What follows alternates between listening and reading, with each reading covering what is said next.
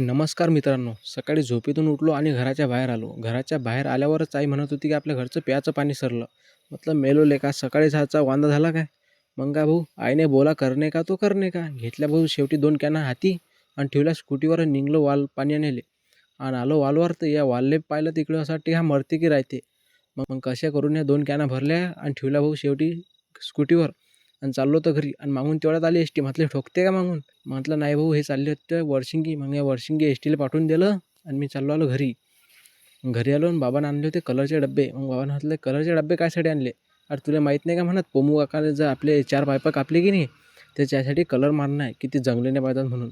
म्हटलं असं आहे. मग पण हे 2 डब्बे काहून आणले? बाबा म्हणत एक कलर जो असते की चॉकलेटी, तो चांगला मजबूत राहते खाले आणि त्याच्यावर काळा मारावा लागते, म्हणजे पोपडे सोडत नाही काळा कलर. म्हटलं असं आहे का ते? हां असं आहे म्हणत ते. आणि पहिले तो चॉकलेटी कलर मारून घेतला, पण मारायसाठी भाऊ बरंच होता. पण म्हटलं बरंच आणायला टाईम लागेल म्हणून मी कपडा घेतला. मग कपड्याने त्यानं मारणं चालू केलं.